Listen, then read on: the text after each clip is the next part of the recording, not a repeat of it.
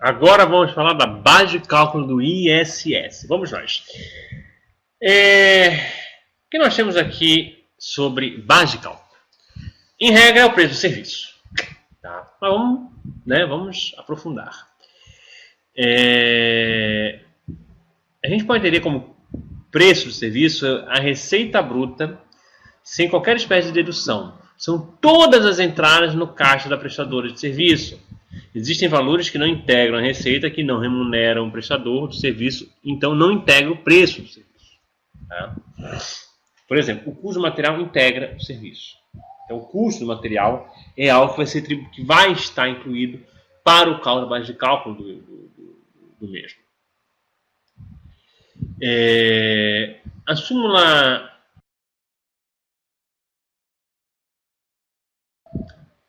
fala o seguinte. Súmula 524. No tocante à base de cálculo de ISSQN, notem que às vezes a sigla aparece assim também, tá, gente? ISSQN, Imposto sobre Serviço de Qualquer Natureza.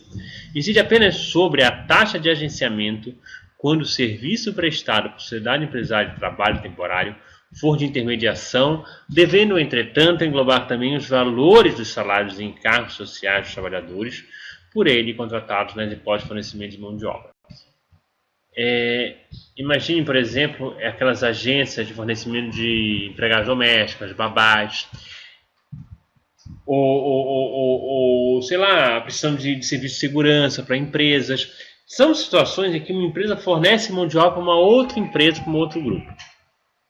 Quando for assim,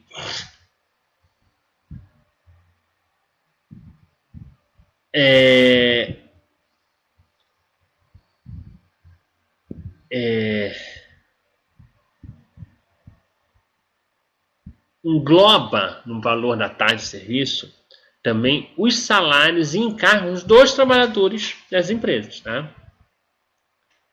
Agora, não vou incluir na base de cálculo do ISS o valor dos materiais fornecidos pelos prestadores dos itens 702 e 705 da lista de serviços. Tá? Envolvem as seguintes atividades. Item 7.02. Execução por administração empreitada ou subempreitada de obras, construção civil, hidráulica ou elétrica e outras obras semelhantes. E aí continua aí, inclusive sondagem e tal. E no 7.5, reparação e conservação e reforma de edifícios, estradas, pontes, portos, etc. Também nesses casos todos, tá? O valor dos materiais fornecidos pelo prestador de serviço não vão estar incluídos. Por quê?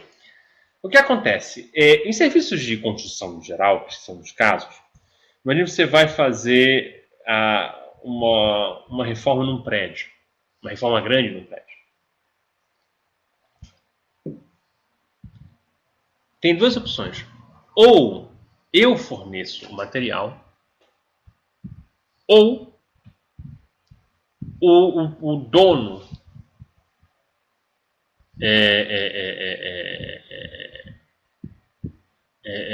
fornece o material. Então, a legislação achou por bem simplificar e não cobrar, né?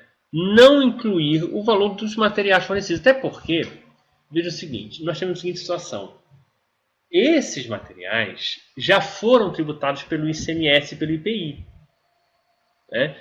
Nós estaremos fazendo um bis in idem. Tá? O que eu estou tendo que tributar nesses casos é o serviço. O serviço não inclui o material, inclui a empreitada, inclui o quebra-quebra, a instalação de hidráulica. Então, em geral, em obras de construção civil, eu não vou cobrar o material, primeiro porque ele já está incluído, ele já foi tributado por outros tributos. Evita sim bis in idem. Segundo, eu tenho com isso a chance de tributar apenas a mão de obra ou serviço prestado.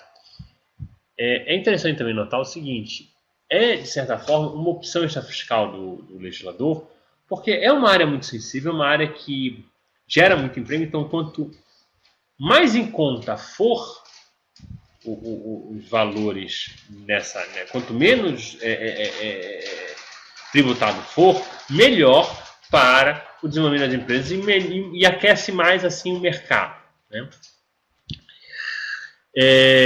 Nós temos uma questão muito curiosa, que é o artigo 9º, parágrafos 1º e 3º, Decreto-Lei 406/68.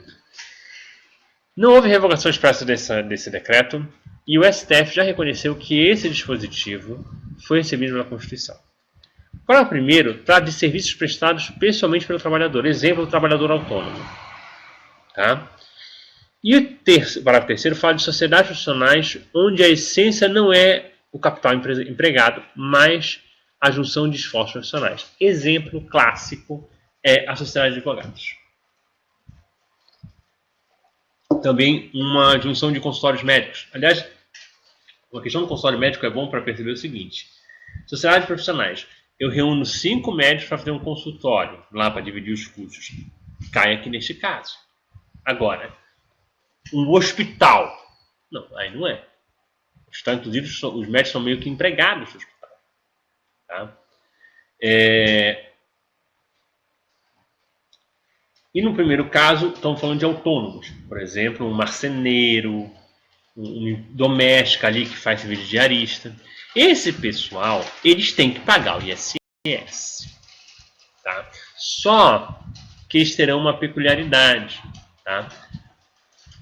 A base de cálculo desse sujeito será um valor fixo, determinado por lei.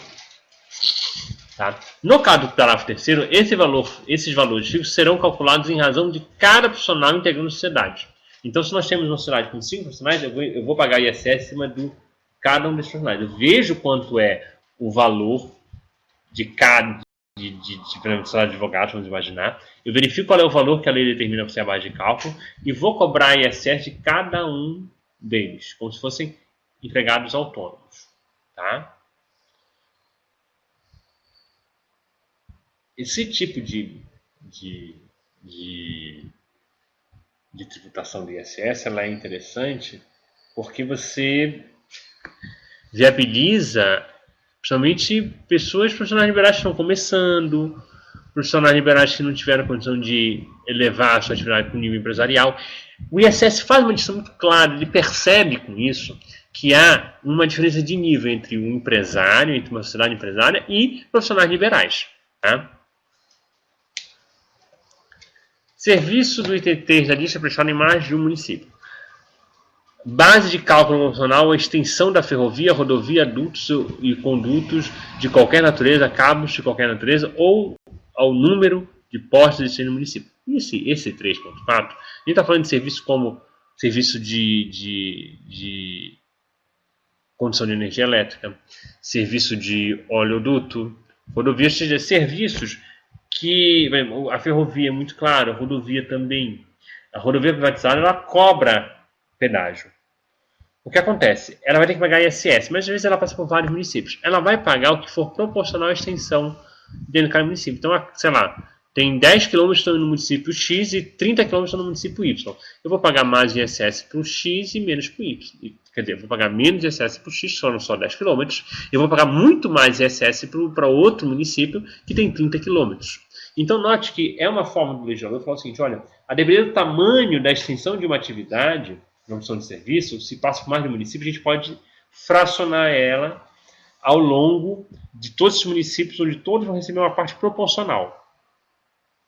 Esses cheques gerais de base de cálculo do ISS, mas assim, guardem que nós estamos diante de uma base de cálculo que é essencialmente o valor do serviço ou algumas vezes o valor já prefixado pelo legislador.